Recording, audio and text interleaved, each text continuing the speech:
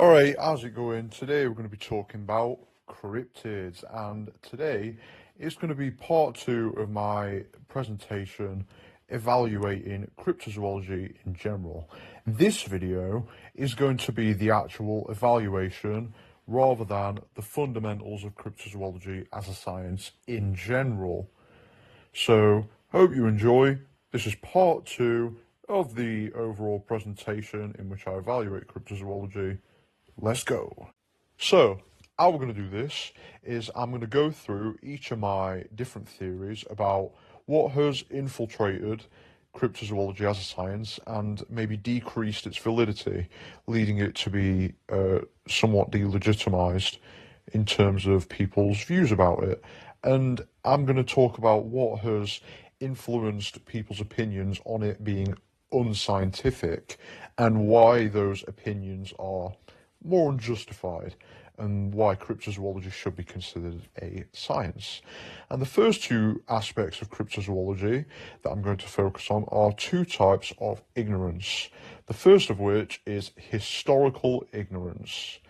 We have all been subjected to the dubious claim that somehow African indigenous people are more primitive and unintelligent than the white colonizer, a very racist idea that may seem very archaic in today's setting, but what cryptozoology, I think, reveals is actually this couldn't be further from the truth. It's still persevering in the world of science, this racism and ignorance.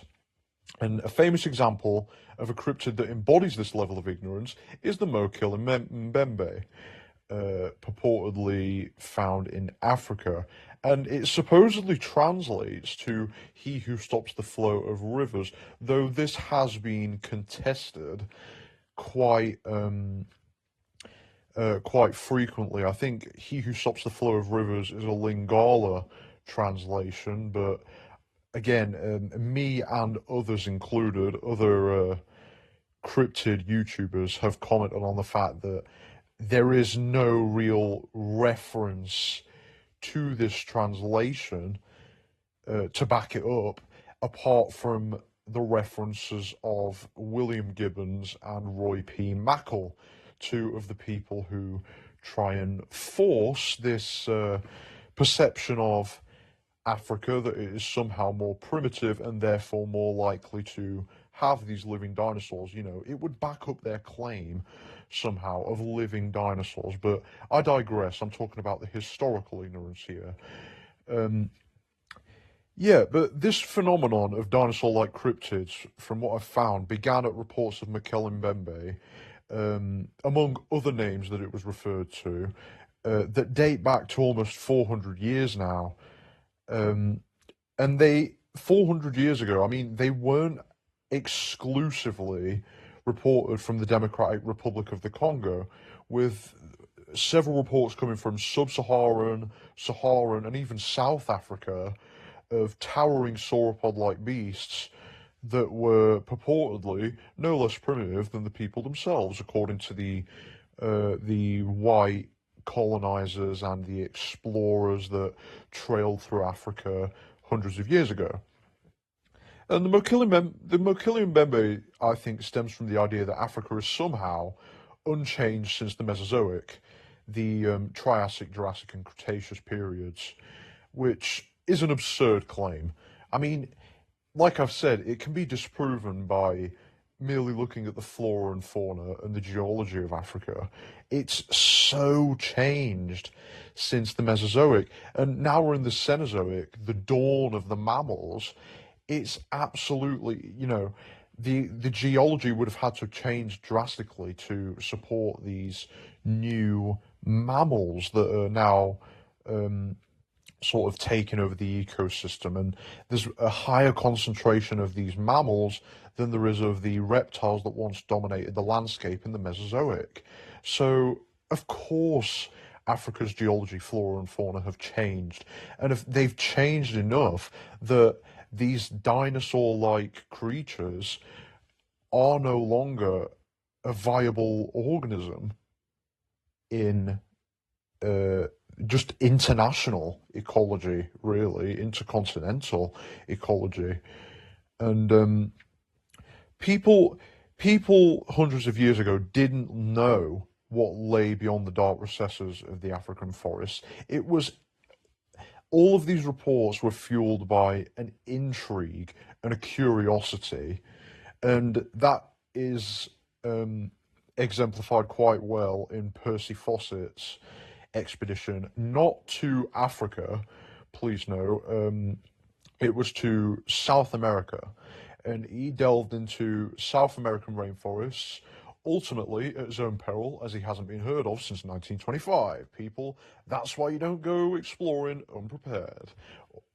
You know, um, yeah, he was desperately searching for the lost city of Zed, which was a city said to be embedded amongst these wild men and giant snakes and crocodiles that were surpassing the length of multiple boats and etc. etc. And it's like this King Kong like world in which I've put it, death and intrigue lurks ubiquitously. It lurks all around. And this would seem very attractive to the people at the time. There was almost a sort of trend in which these dinosaurs and these creatures were being discovered, and land was being embarked on, and rural areas were being charted. And so there was much intrigue surrounding this charting of lands and going to see these mysterious hidden areas. And so that's where a lot of these tales stemmed from, really. The unknown, when it's not, when the ecology, flora and fauna of an area are not widely known to the people, then you can easily make something like that up to capture their attention, because who's going to know any better? Who's going to fact check them? You know what I mean? This is completely new. Percy Fawcett and the explorers before him were arguably pioneers in their field. They were doing something that not many people had really done before. They were all exploring new areas, but obviously now in contemporary society, that um, that window of exploration has greatly closed and is still closing as we discover more about the world and new places. However, that isn't to say there's nothing left to explore. It's just that there was a lot less since there's a lot less now since the 19th century and early 20th century, and that intrigue has sort of dwindled over time as we've discovered more scientifically about the world and geographically. But anyway, yeah, Percy Fawcett's exploration ultimately became his downfall because he ended up going missing and never coming back. Um, Chasing after this creation that likely didn't even exist, which is quite poetic actually. A man creates something and then he's killed by something that, I mean, it doesn't even exist. It's highly ironic that he's enraptured in this creation that's not even.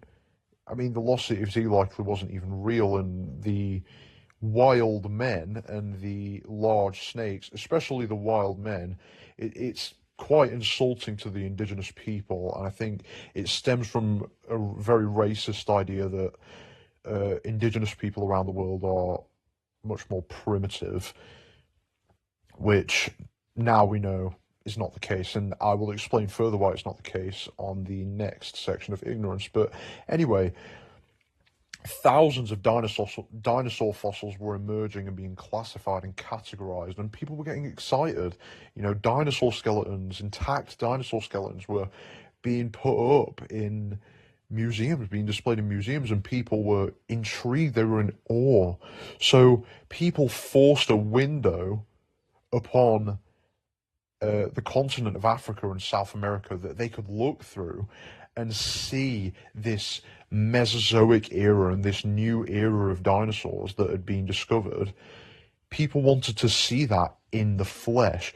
And so what people did was they went to the continents that were harboring the most intrigue at the time and had the most unknown about them, and exaggerated details about the the land itself and its people, which leaves us today with ignorant views in cryptozoology about indigenous people and the land in which they reside.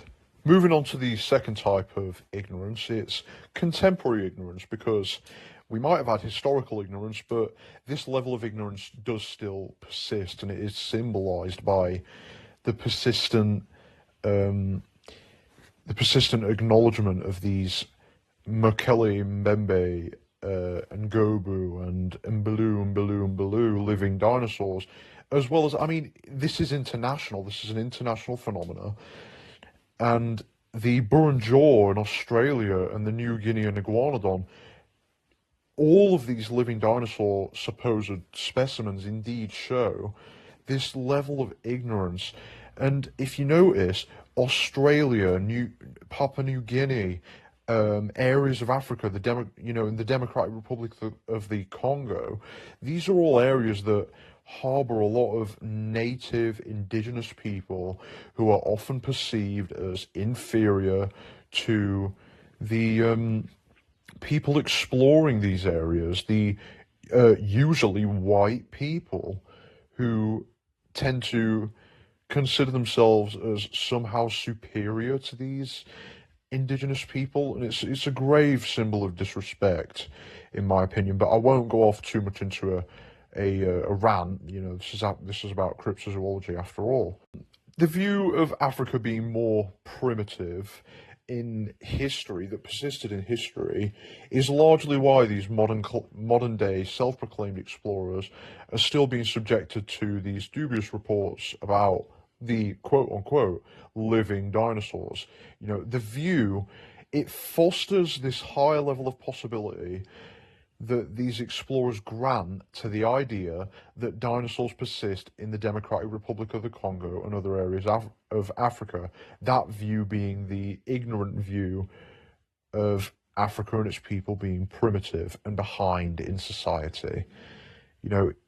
And as I've said before, even across the world with the Burunjaw and the New Guinean iguanodon, in Australia, you've got the Aborigines telling people about these living dinosaurs and Burunjaw creatures, with the Aborigine drawings that Rex Gilroy analysed in Australia.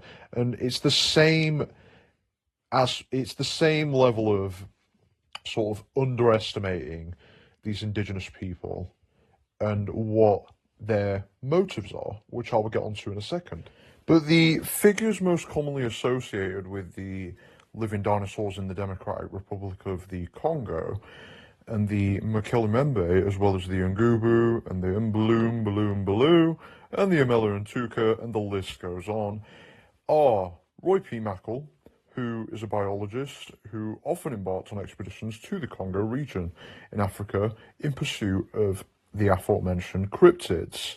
Mackal used the indigenous people around the Congo River Basin to gather his accounts of the beast via the self-report data from the indigenous people.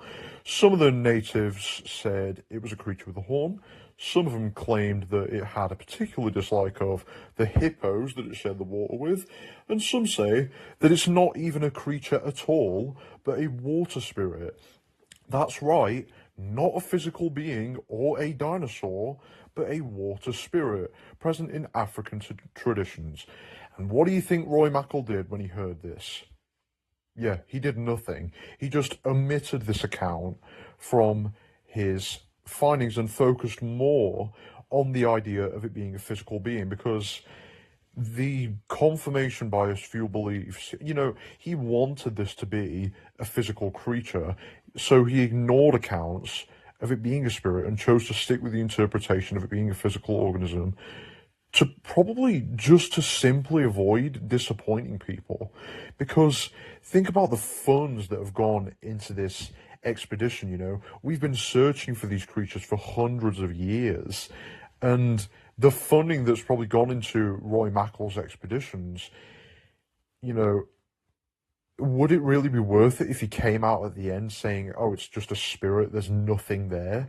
No, not at all. He'd disappoint all the creationists that he was trying to appeal to via conducting his expeditions. But we'll get onto that in a second, as I usually say, but then never get onto it. But anyway, because what people expect to see is a physical being, not a spirit.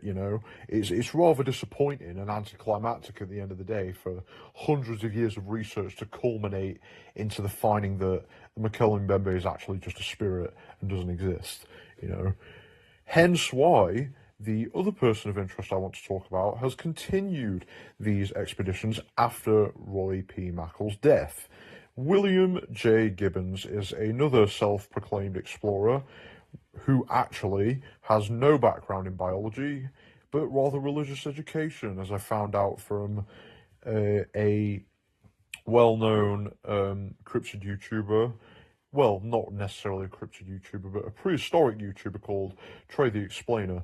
He did a video delving into this, and I found that I agreed with many of his points about the subject, many of the points about the subject, and it was interesting to me because this William J. Gibbons lacks the credentials that you would expect with a cryptozoologist. I mean, at least Roy P. Mackall has a background in biology. It's interesting to me that William J. Gibbons' background is in religious education. What hidden agenda does he have in promoting this Mbembe? Is it this young Earth creationist agenda? Young Earth creationists believing that the Earth is it's roughly thousands of years old rather than billions of years old. They believe that humans and dinosaurs coexisted with each other, and I find it interesting that William Gibbons' background is in this same religious education, this same religious background of the young Earth creationists that believe in the living dinosaurs in Africa. Gibbons often used an image test when he was interacting with the natives, and what I mean by image test is he would provide the natives with 4 images of different organisms, usually like a rhino, a giraffe, or a hippo, all creatures that live, that they would be that William Gibbons thinks that they would be familiar with. And then the 4th image he would usually provide would be a brontosaurus, a dinosaur, just any sauropod dinosaur. And usually what he would find the result to be is that the natives would point out the dinosaur as being a quote-unquote dead ringer for the Mbembe, obviously solidifying the fact that there are dinosaurs roaming Africa. Because, I mean, yeah, hardcore evidence that, mate. But what I'm trying to get at here is that these people are not as primitive as Mackall and Gibbons might think. They know what a dinosaur is and likely have access to media depicting dinosaurs. But what they also know is that Gibbons and Mackall, along with the people that pay to gain access to these restricted areas, translators, cars, and other things that would involve paying the natives for their services. But are they just paying the natives for access to these restricted areas? I don't think it's as simple as that. I think what they're doing overall is they're paying the natives for their word, right? They are paying the natives for their word, and the natives know this. So this word that dinosaurs in Africa are still existing is absolutely invaluable to the indigenous people. They love it. It's such a lucrative, it's almost like a scheme of some sorts that the indigenous people aren't primitive. They know that they are going to be paid for telling the white explorers what they want to hear,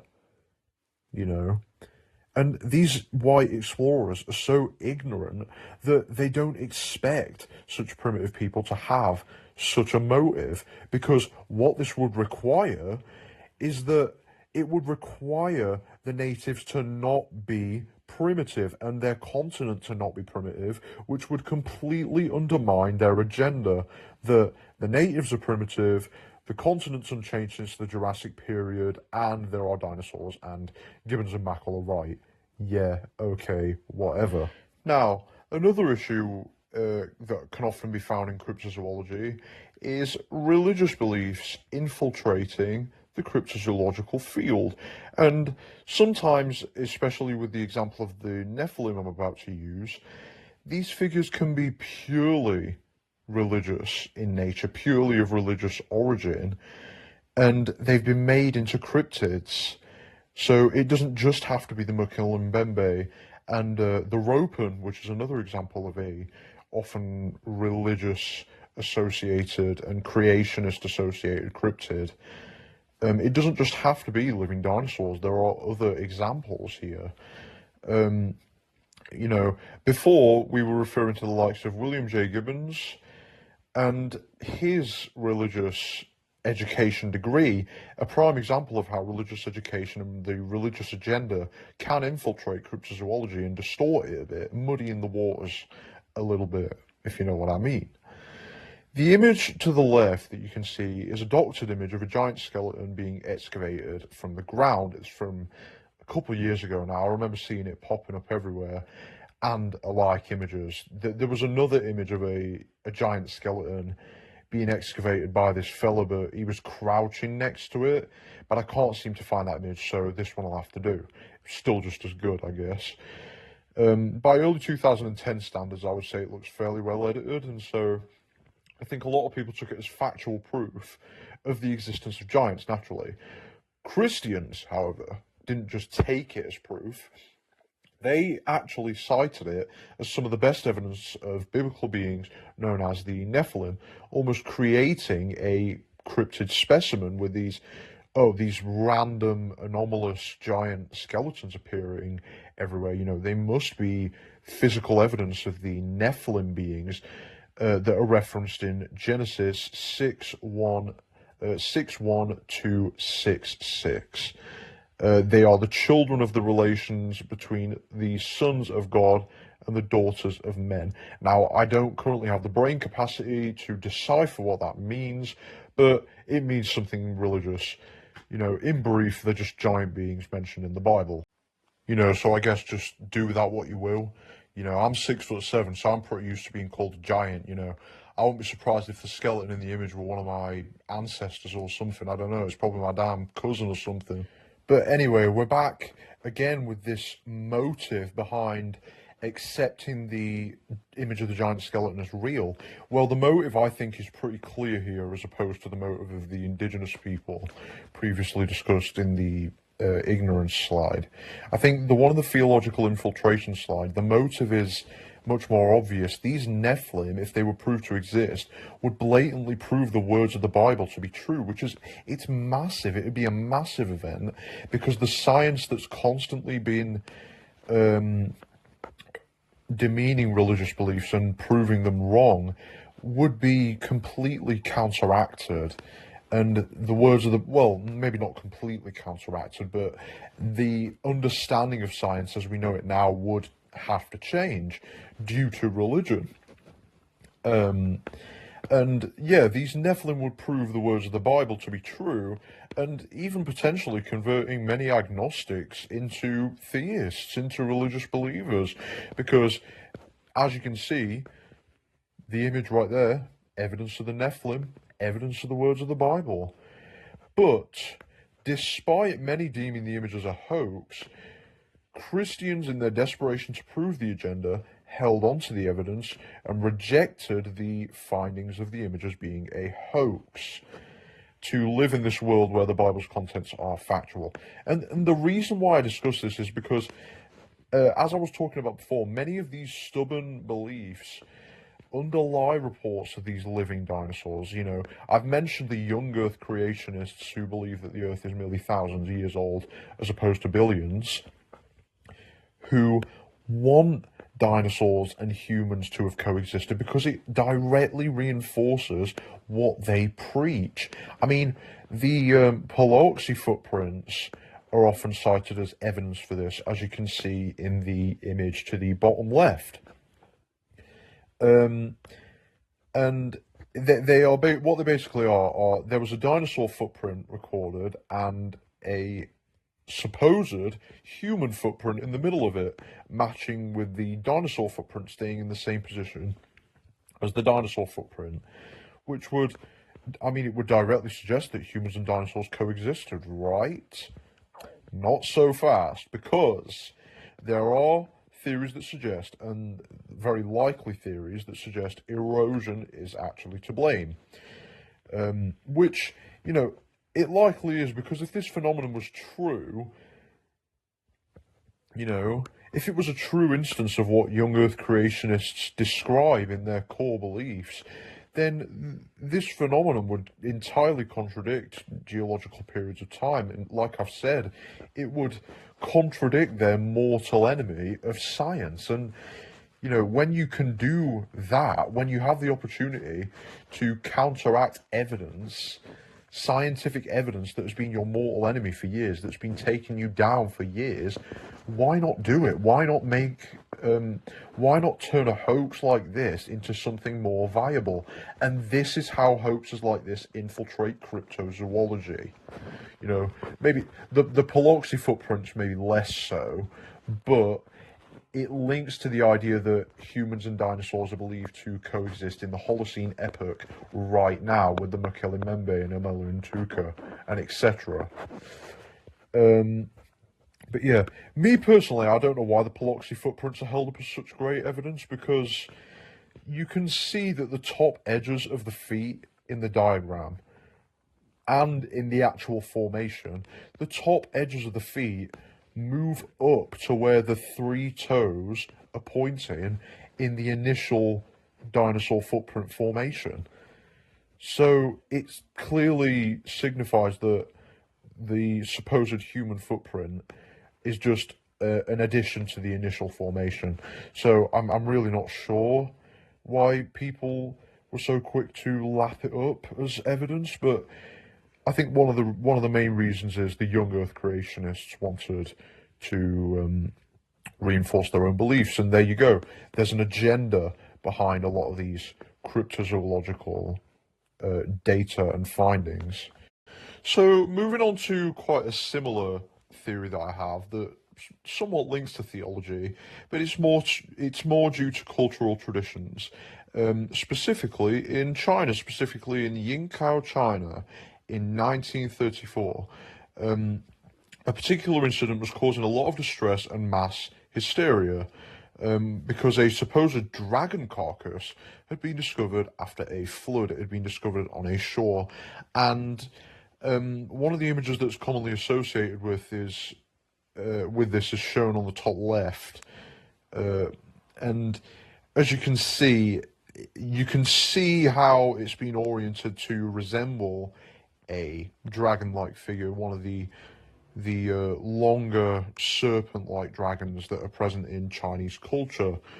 But anyway, the story goes that a resident went to investigate the area after hearing cow-like bellowing, and they found the dragon carcass there, that had recently just died, contrary to the image, which shows a pile of bones, which I find to be quite suspect. It's, you know, we're already coming up with inconsistencies between the report and the image, unless the decomposition has occurred quite rapidly. But then again, I don't really see any ribs or anything like that. I just see vertebra in the image, which, you know, for the long, slender dragon, it's not. Even snakes have ribs, you know, so it wouldn't be and leg bones too. The dragons in Chinese culture often have legs, so leg bones should be present in the image, but I can't see them. Maybe because I can't see the whole image, but yeah, it looks an awful lot like someone has rearranged an already deceased specimen to create controversy. But We'll get onto that in a second. Surprise, surprise. um, but when I was first made aware of this account, my immediate thought was about the image attributed to the account. Why exactly is it attributed to the account? Because my theory is that it's clearly a baleen whale that's been arranged to look like a long dragon with horns, which are the jawbones of the whale, oriented diagonally and inverted upwards, that you can see in the image. They're the supposed horns, and they're coming out of the area where a baleen whale would have its jaw. They look like they've just been twisted into that formation to make it look like dragon horns, which are whale jawbones, actually, in reality. Um, and looking at the location of Yinghao, it's near the ocean, and that's an obvious indicator that it reinforces the idea that it is a dead whale, because a dead whale can pile in a high concentration of internal decomposition gases during the decomposition process. I reckon could easily have enough buoyancy to float along onto land um, during a flood, which could cause it to land on this beach, decompose. Someone finds it before the rest of the people and reports it as a dragon, giving him time to orient the bones, or giving him time to orient the bones in a way that looks like a dragon, so people crowd around it in a mass hysteria. That's my theory. And I think the account of it being scaly, long, having limbs protruding from both sides of its body, um, I think are just exaggerations and complete fabrications, actually, rather than exaggerations, to get people to freak out over this whale remains that have been arranged to look like a dragon. I think, and the story likely spread around in I've put a quote unquote Chinese whispers fashion. How appropriate, because we are in China.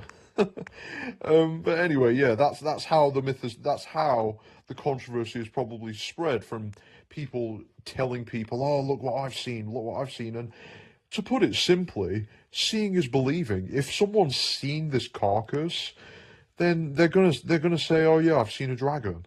What about it?" Because that's what they've been told. Don't worry about it. I've seen a dragon. Um, and my theory on why this has gained such notoriety, despite how obviously a whale it is, um, my theory on why it's gained such notoriety, particularly in China, is because it reinforces aspects of Chinese tradition.